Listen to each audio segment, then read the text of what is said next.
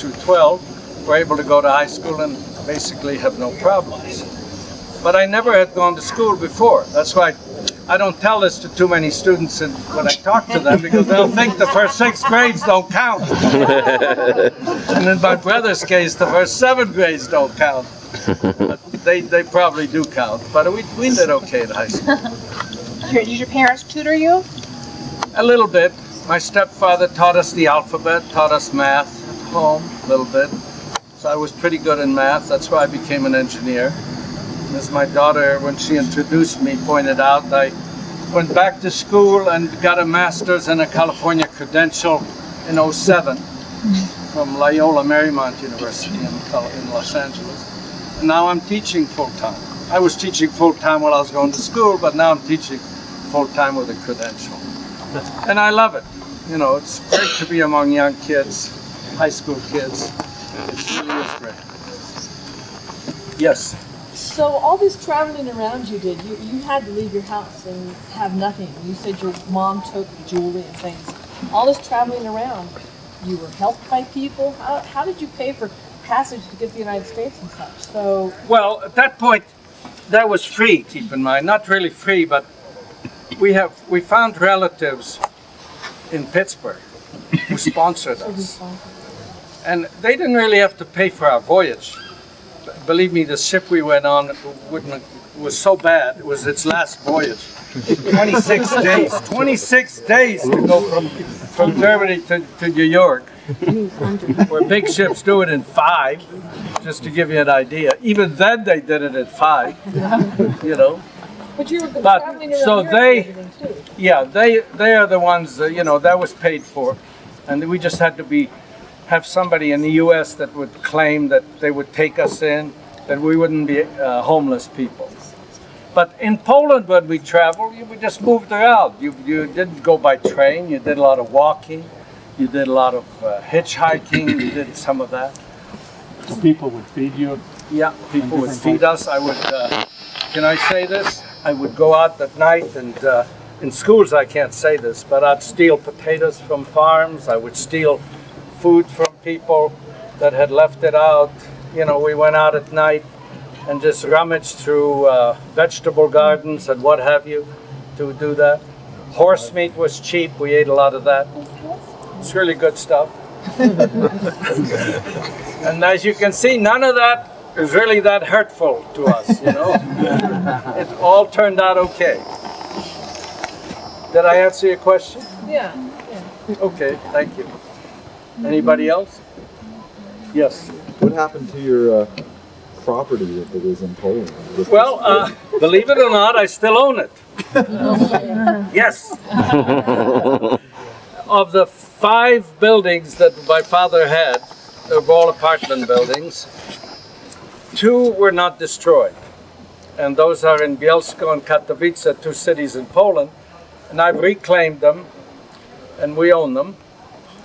There's some fights going on still, but basically it'll work itself out. One of them I've been collecting the rents. I'm lucky every year if I break even, because the rents and the taxes and the repairs are such that, you know, rents are very low over there. So I still own 2. The other 2 they won't give me back, the 2 that were demolished. One of them was in Berlin, which was also demolished. It was just on the east side of the wall. You know, the wall was right through it, and they're going to build a park on the land. So I sold the property about a year ago because I was nervous about it becoming a park. So I just sold it. Somebody bought it. So at this point, we own 2 properties in Poland. Yes, sir. Yeah, what happened to your brother? Well, unfortunately, my brother died of cancer in this country, and at a very young age, in his 50s. In fact, my niece Hope, sitting right there, is his daughter. And she has 2 kids here at camp. So he died very young. Both my mother and my stepfather lived till 87. They died in 98 and 99. I said, right? 7, maybe. Close enough. Sorry. That laugh. 98, 99. I'll bet you. I'll bet you a steak dinner. Anyway. Sister. Any other? Yes, sir. So you said there were 3.3 million Jews in Poland during the war. Was that a higher concentration than other Yes, parts of much Europe? higher. And that's why the Germans were focused on Poland, or was it Well, simply geography? you know, it's a long story to say why so many Jews lived in Poland, and I'm not a historian to even begin to tell you, so I won't bother. But the largest population of Jews, even larger than America, than the US at that time, was in Poland, 3.3 million. In fact, Germany, where all this started, you know, with Kristallnacht in November, you know, of 38, you know, only had like 240,000 Jews. When I say only. And most of them survived. That's the funny part of it. Most of them survived because they left. They got the heck out. They saw what's happening and they got out.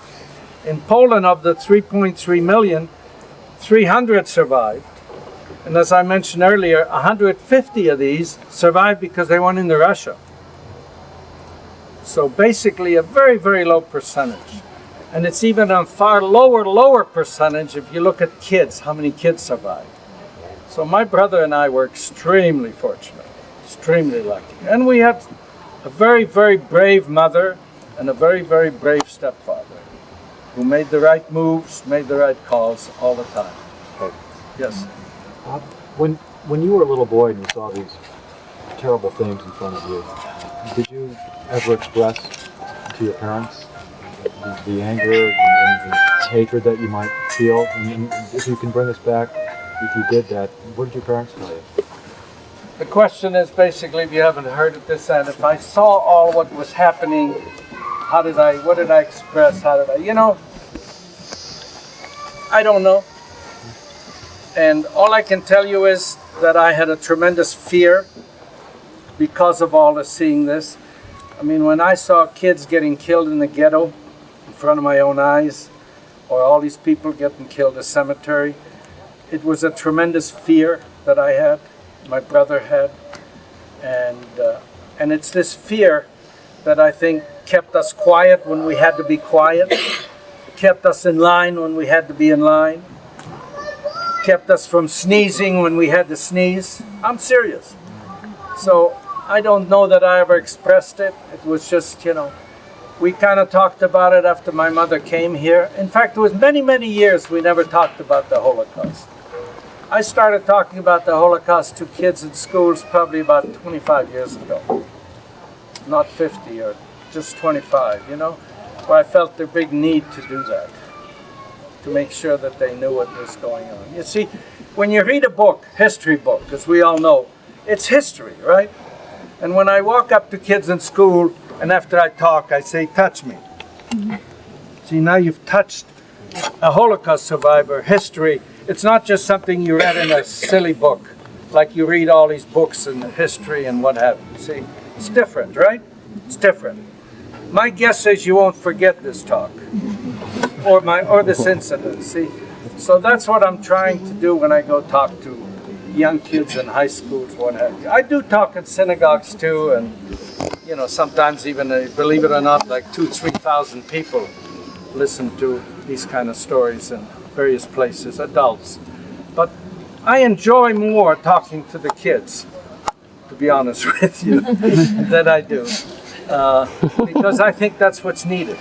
You all know the history. You know pretty much what happened, you know? You've read enough books, you know. But the kids are reading books like Night, and to them it's just a story. A story. It's a horrible story if you've read the book, right? Or the Diary of Anne Frank. It's a terrible story because it has such a terrible ending. Okay? True? Yeah. But it's still just a story for a kid to read, you know? So I think it's a little different when I see somebody in front of them that can talk about it. I only hope I can live another 20 years because I'm getting very worried about kids, about people like me dying out. Holocaust people are dying daily. You know, the people that are 80, 90, and so on.